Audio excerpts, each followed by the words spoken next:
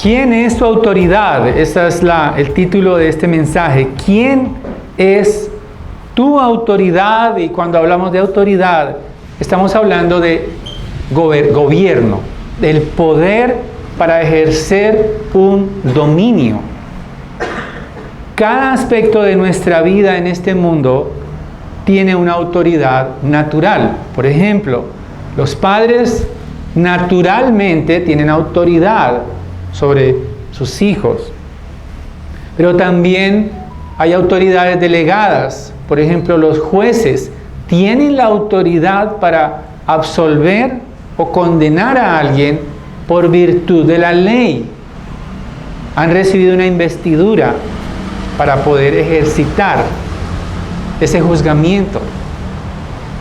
Pero también podemos pensar que la autoridad está directamente ligada a su legitimidad. De tal manera que si alguien viene a disciplinar a nuestros hijos, no lo vamos a permitir.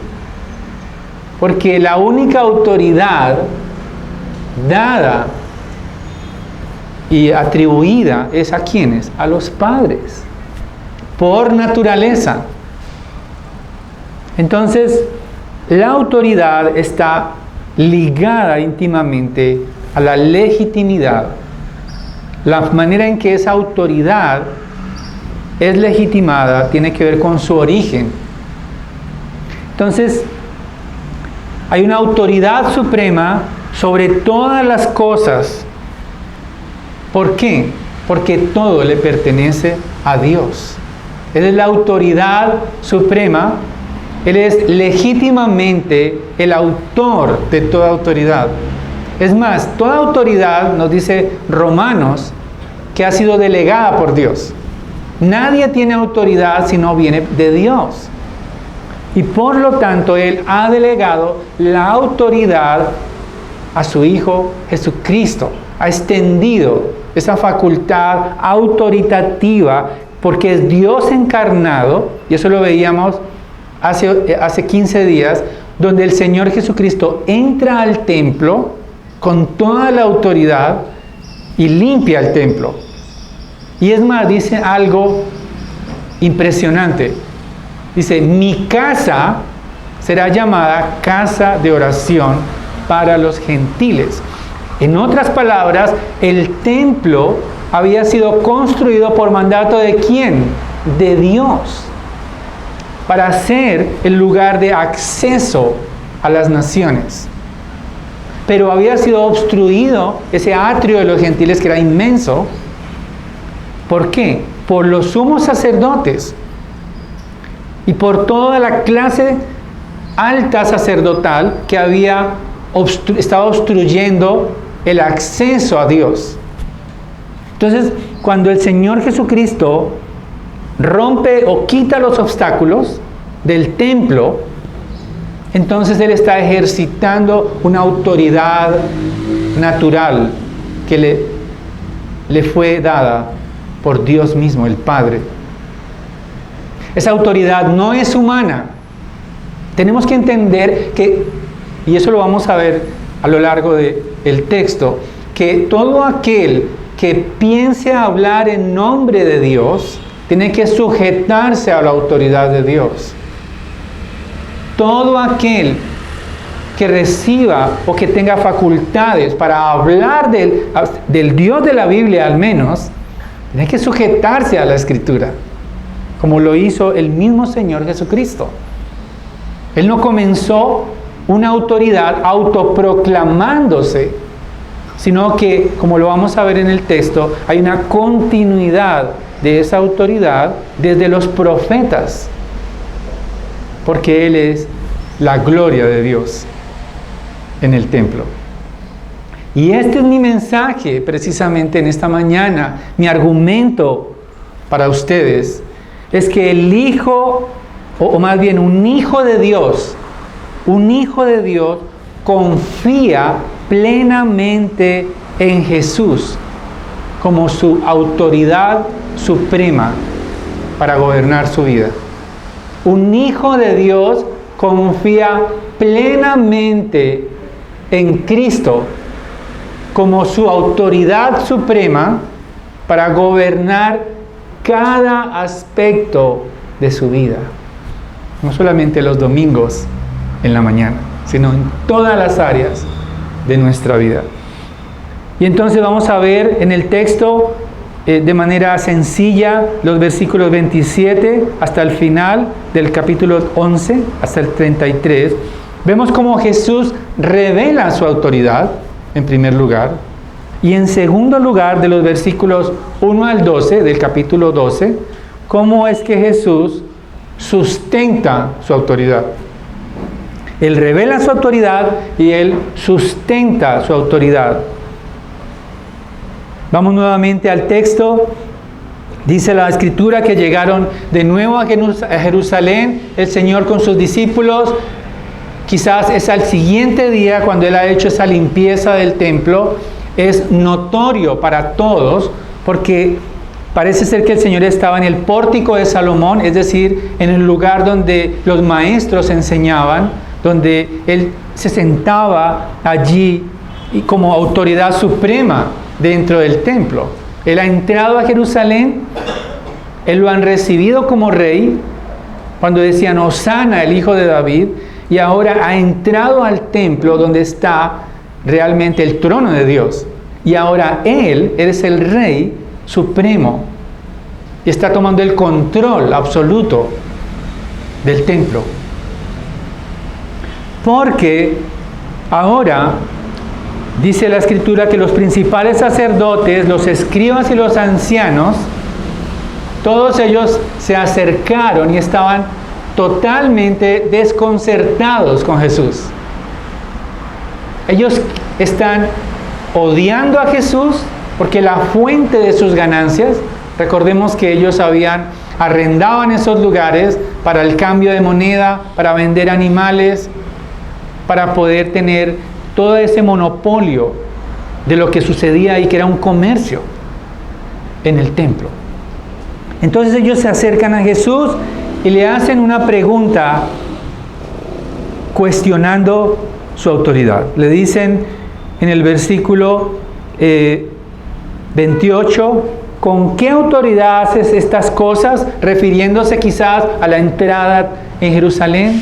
También está refiriéndose a la limpieza, a la autoridad para volcar las mesas de los cambistas. ¿Con qué autoridad haces estas cosas? ¿O quién te dio la autoridad para hacer esto? ¿Quién? La pregunta de los escribas y fariseos, es decir, de la aristocracia judía, cuestiona a Jesús. Pero el Hijo de Dios revela su autoridad. En otras palabras, el Hijo de Dios revela la legitimidad de su autoridad. Y Él les hace otra pregunta. Y están probablemente delante de mucha gente, está observando ese diálogo.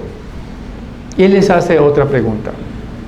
El bautismo de Juan, que era abiertamente conocido por ellos, ¿era del cielo o era de los hombres?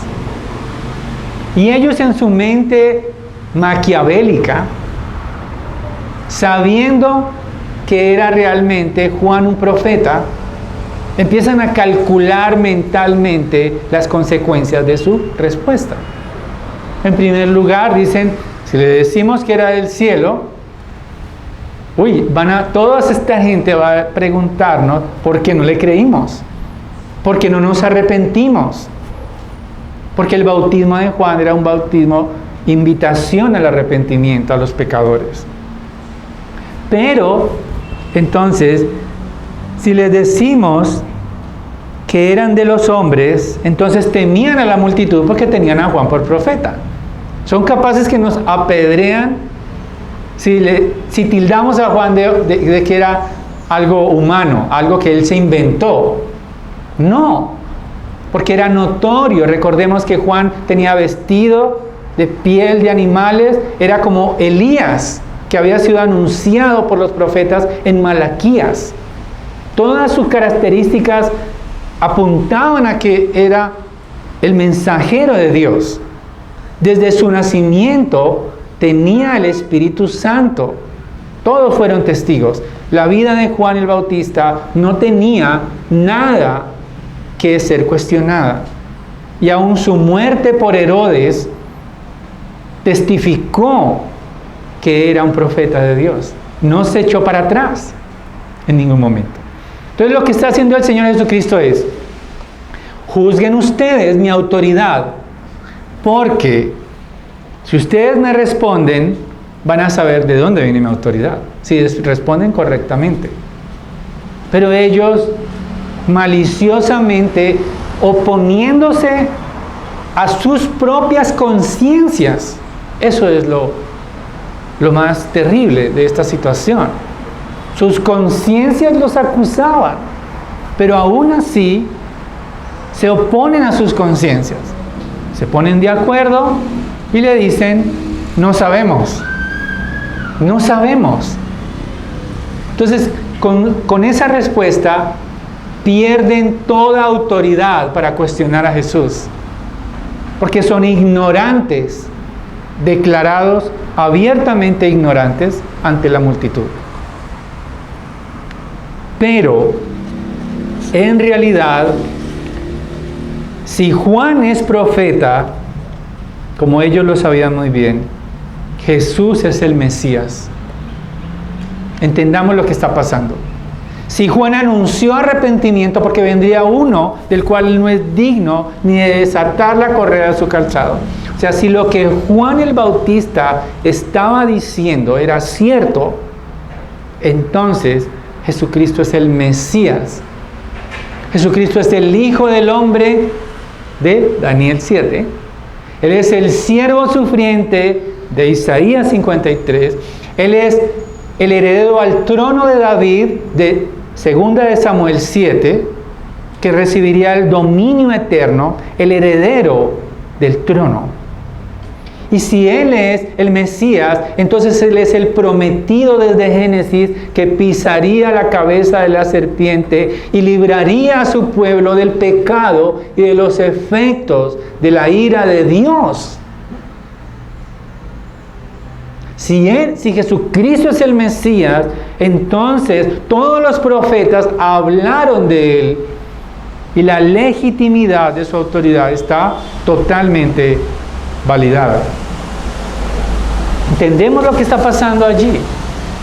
Porque si Él tiene la autoridad como Hijo de Dios, estos hombres tenían que arrepentirse. Pero no lo hicieron. Soportaron los fariseos, los sacerdotes, cínicamente la acusación de sus propias conciencias. El Señor Jesucristo no necesita contestarles. Él es más educado. Él no dice: yo no sé. Él dice: no quiero contestar. Porque es tan evidente la autoridad de Cristo que no podía ser cuestionada. La autoridad del Hijo de Dios. Jesús ha revelado su autoridad. Él tiene autoridad para que nadie más usurpe esa autoridad en tu vida. No te sometas a la autoridad ilegítima de los hombres, porque ellos van a querer gobernar tu vida, pero son ilegítimos, porque no te aman ni te crearon. Muchos quizás nos veamos tentados a someternos a autoridades que nos van a decir qué tenemos que hacer y cómo acercarnos a Dios. Quizás autoridades religiosas que te dicen: si tú no haces esto, no puedes agradar a Dios. El problema, ¿cuál es? Que si una autoridad religiosa no se sustenta en la palabra de Dios, pierde su autoridad. Porque está inventando, está usurpando la autoridad de Dios. Y eso fue lo que sucedió en la Reforma del siglo XVI. Hasta el siglo XVI, la iglesia históricamente, la iglesia apostólica, llegó a ese punto histórico, pero comenzaron a apartarse de la palabra de Dios, de la sola escritura. Y en ese momento perdieron la autoridad para guiar. Y entonces la palabra de Dios autoritativa fue el fundamento para la reforma. Para que ahora las tradiciones humanas no sean la fuente de autoridad, sino la palabra de Dios. Esas fuentes de autoridad estaban promoviendo indulgencias para pagar la salvación, para sacar supuestamente las almas del purgatorio, lo que no está en la Escritura. Y por eso, desde el siglo XVI, la Reforma direccionó ahora la salvación y la justificación exclusivamente por la fe en Cristo, sin pagar, sin obras. Y eso es lo que nosotros creemos. Solo por la fe, solo la Escritura, solo Cristo, solo para la gloria de Dios. Por lo tanto, quisiera preguntarles, si tuvieran un daño en sus ojos, ¿sí? De pronto una molestia, ¿ustedes le pondrían sus ojitos a un oftalmólogo que jamás haya ido a la universidad, que ha tenido 50-50 de cirugías, o sea, 50 tuertos y 50 le han salido bien? O sea, tiene un buen promedio. ¿Le llevarían sus ojitos a alguien así? Es impensable. ¿Qué harían? Se cerciorarían, ¿cierto?, de que es una persona que tiene al menos la autoridad para hacer la cirugía, que no va a improvisar, que está aprobado, que es legítima su facultad para arreglarles sus ojos, ¿cierto? Ahora, si pensamos en eso, y yo veo sus rostros un poco como, uy, mis ojos, qué valiosos mis ojos. Lo desconcertante es que el alma que es eterna, los ojos finalmente van a volverse polvo.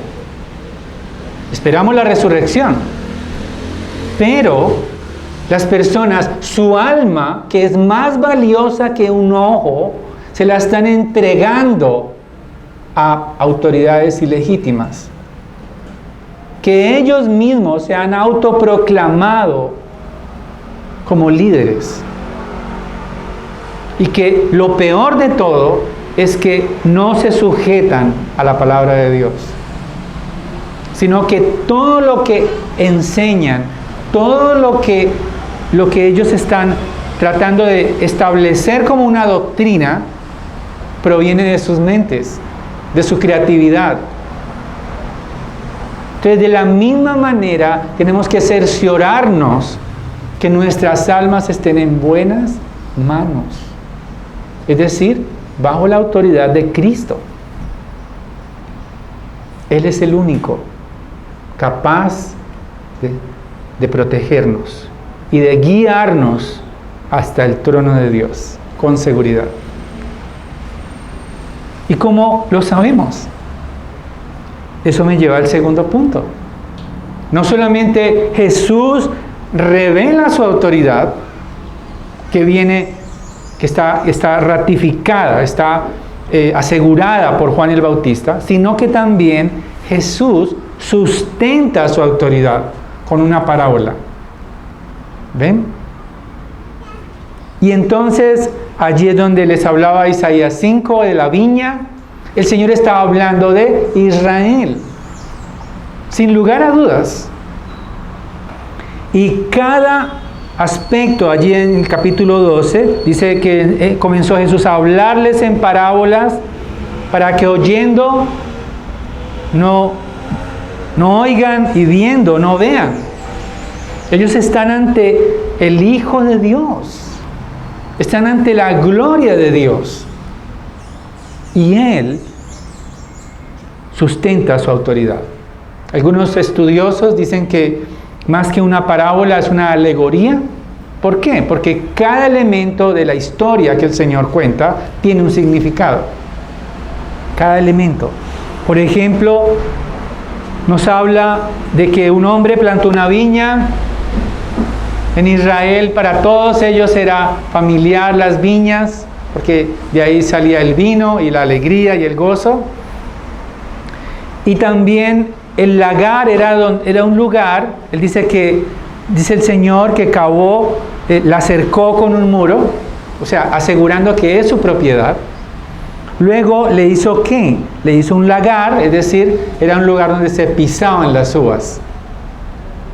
Después de la cosecha se reunían las uvas, se pisaban con los pies lavados, descalzos, las uvas. Era lo normal. Creo que esa tradición continúa en este tiempo. Pero además, Él les edificó una torre, o sea, hay un estanque debajo del lagar para recibir el jugo de la uva, que es pisoteado en el lagar para recoger el jugo. Y además le puso una torre que era como un lugar de vigilancia, pero además era un lugar de almacenamiento, esa torre. O sea, la viña estaba totalmente equipada, ¿para qué? Para producir fruto. Y para poder Él enviar pedir más bien las ganancias que le correspondían a Él como el dueño. Entonces esa viña representa a Israel. Pero estos labradores representan a los líderes religiosos que están delante de Él, porque esos labradores habían recibido la viña, es decir, Israel, para cuidar esa viña. Pero esos labradores habían sido infieles, porque cada vez que Él les enviaba a alguien a cobrar los frutos, ¿qué pasaba? Los mataban. Los primeros los golpearon. Hablando de ¿quiénes? De los profetas del Antiguo Testamento, que fueron enviados por Dios en tiempo, y la paciencia de Dios fue tal que Él no mandó a eliminar, a matar a estos labradores infieles con el primer siervo. O sea, si Él envía los siervos y viene ya ya no matan al primer siervo, Él debería matarlos. Pero lo más maravilloso es que en el versículo 5 dice, envió a otro y a este lo mataron, y así con muchos otros profetas, golpeando a unos y matando a otros. Fueron muchos. En Jeremías capítulo 7, versículo 25 al 29 también nos recuerda que ellos rechazaron a los profetas. Dice, desde el día que los padres de ustedes salieron de la tierra de Egipto hasta hoy les he enviado a todos mis siervos los profetas. Dice Jeremías capítulo 7 versículo 25, madrugando cada día y enviándolos, pero no me escucharon ni inclinaron su oído, sino que fueron tercos e hicieron peor que sus padres. Pero no solamente Jeremías es una muestra, en Segunda de Crónicas también el Señor está recordándoles a la clase religiosa cómo Él ha insistido enviándole profetas una y otra vez. Ezequiel segunda de Crónicas 36, 16, dice la Escritura, pero ellos continuamente se burlaban de los mensajeros de Dios, despreciaban sus palabras y se burlaban de sus profetas, hasta que subió el furor del Señor contra su pueblo y ya no hubo más remedio. El Señor está dirigiéndose a estos hombres religiosos, mostrándoles la dureza de su corazón, porque mataron a los profetas, pero ellos quieren matar al hijo del dueño de la viña. Dice el Señor, quizás les envió a mi hijo, quizás respetarán a mi hijo. Pero había una norma, una ley en Palestina en el primer siglo: si el hijo no reclamaba los derechos, entonces cualquiera podía tomar posesión legal. ¿Ellos qué dijeron? Si eliminamos al hijo, la heredad será nuestra. Y eso hicieron. Mataron al hijo y ni siquiera le hicieron el sepelio en la viña, sino que lo sacaron de la viña.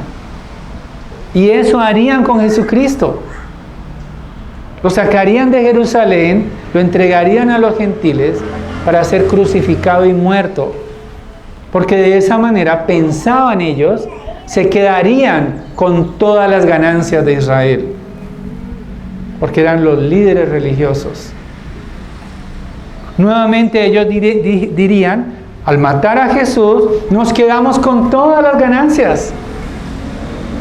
Los cambios de moneda, la venta de palomas, toda esta máquina bien aceitada que tenemos aquí para recoger el dominio y dominar al pueblo de Dios.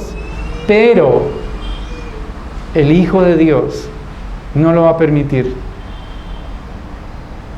No lo va a permitir. Porque el versículo 9 nos dice, ¿qué hará entonces el dueño de la viña? Destruirá a los labradores y dará su viña a otros.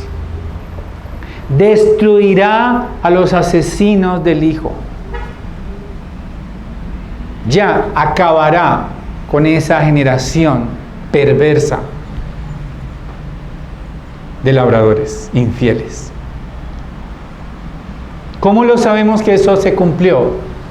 En el año 70 el Señor Jesús dijo, no quedará piedra sobre piedra en este templo, que es el centro de su comercio, no más. Como lo recordábamos hace algunas semanas, el emperador Tito entró en Jerusalén, destruyó el templo, saqueó todo y quemó la ciudad. El juicio de Dios se cumplió, el juicio del Hijo de Dios.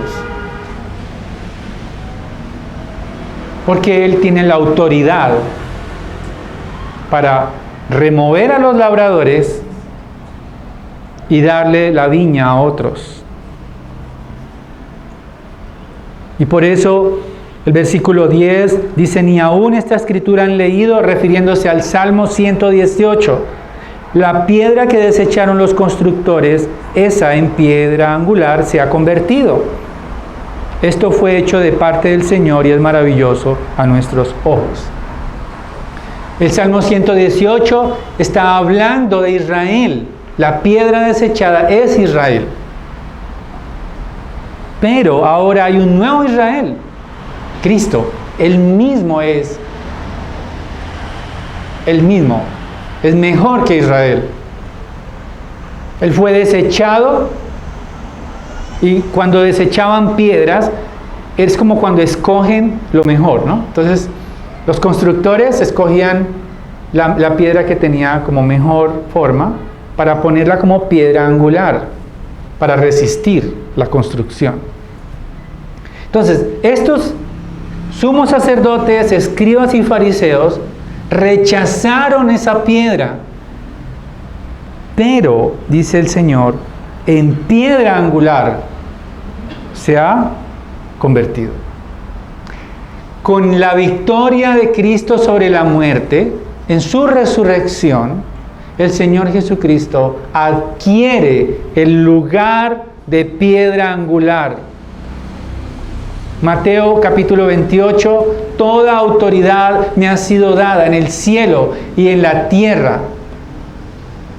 Pero lo más glorioso es que no se quedó allí con la muerte de los labradores, sino algo que tiene que ver contigo y conmigo. Porque Él desplazó esa autoridad ilegítima de los labradores infieles y se la dio ¿a quién? A otros. Es decir, a su iglesia. La iglesia de Cristo ha recibido la viña para producir fruto. Y el Hijo vendrá a pedir cuentas del fruto de su pueblo, de su viña, porque le pertenece a Él solamente. Jesucristo es la autoridad suprema para gobernar nuestras vidas. Él es la piedra angular de la iglesia. Él es la piedra angular de nuestras vidas. Él es el único refugio seguro que tenemos que sustenta a la iglesia. Él es el sumo sacerdote en los cielos. Él, ahora, nosotros, por su victoria sobre la muerte, somos, como dice el apóstol Pedro, piedras vivas, hablando del templo. El templo fue destruido, pero ahora somos piedras vivas que construyen un templo santo al Señor. Y ahora, como somos la viña también de Dios, estamos sujetos ¿a quién? A Cristo. Porque dependemos de Él para dar fruto, no de nuestras fuerzas. Por eso quiero preguntarte en esta mañana, ¿quién es tu autoridad? ¿Quién tiene el poder para gobernar tu vida, tus decisiones? ¿A quién le entregas el poder para administrar tu tiempo? ¿Quién es tu autoridad? ¿A quién escuchas cuando buscas consuelo? ¿A las fuentes ilegítimas que te dirán, ven aquí, te consolaré, pero después te traicionarán? Las fuentes ilegítimas producirán esclavitud, los ídolos. Las fuentes ilegítimas mostrarán un camino, una autopista para ir a Dios, pero al final ese camino es de muerte.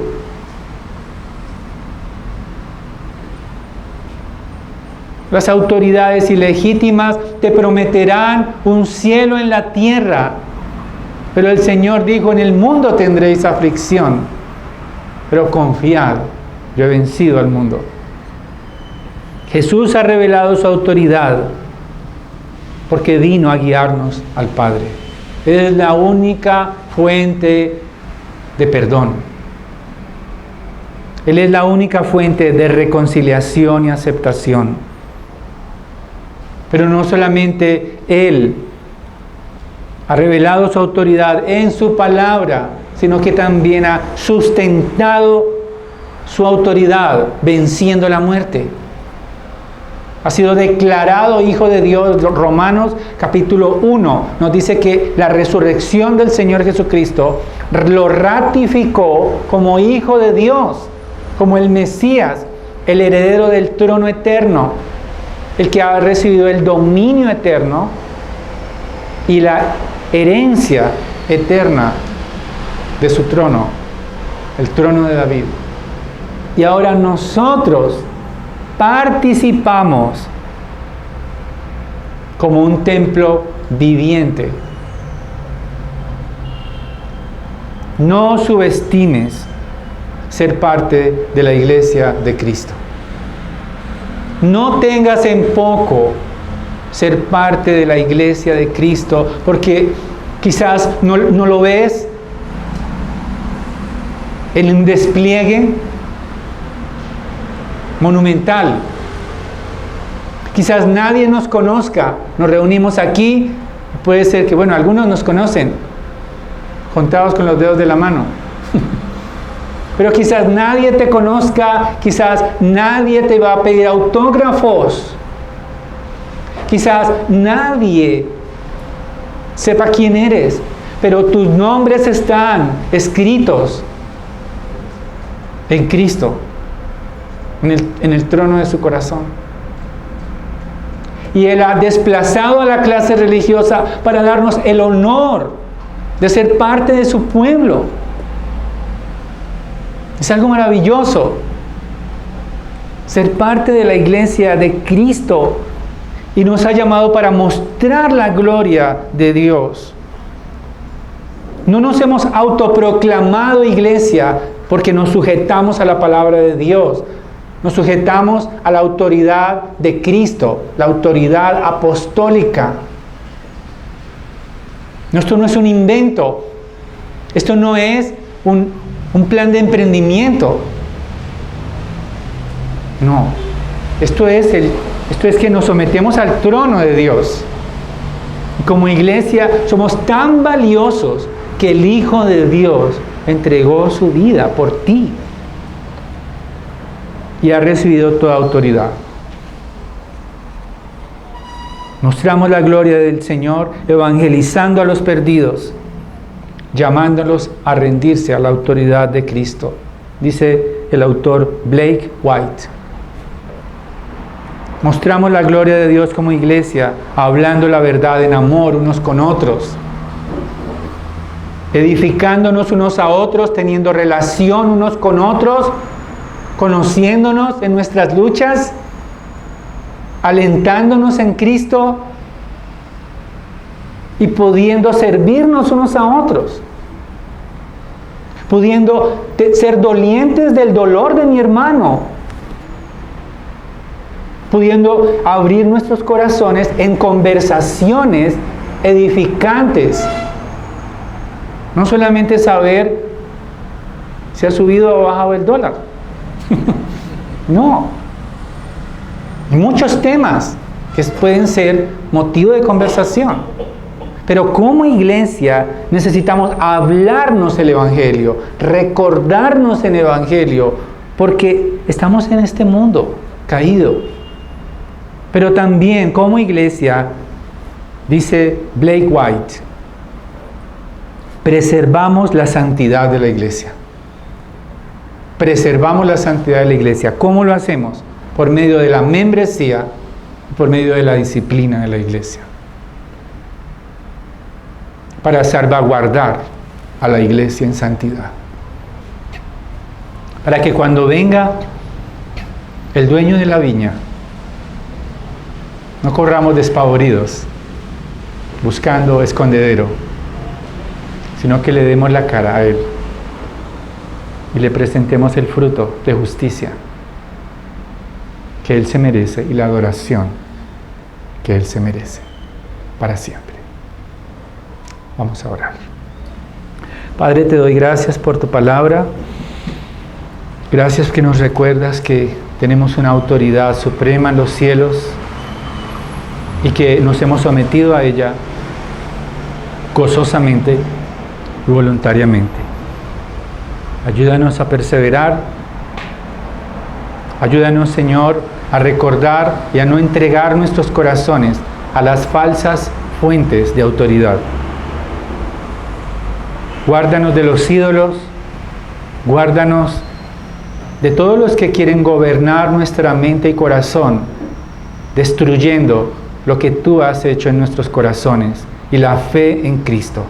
Te pedimos por nuestros hijos, para que nada destruya en ellos la fe en Cristo que ha sido plantada en sus almas, que no le entreguen la autoridad a todos aquellos que quieren seducirlos a apartarse de ti. Te pido por mis hermanos, por sus familias, nuestras familias, para que podamos hablar la verdad en amor, Señor, ayúdanos a ser contraculturales, para no solamente relacionarnos con aquellos que tienen una relación biológica con nosotros, sino que podamos tener una relación sobrenatural, que es lo que tú nos has dado por medio de la muerte y resurrección de tu Hijo. Vida eterna, gozo eterno. Te damos la gloria y la honra a tu nombre por los méritos de Cristo Jesús. Amén.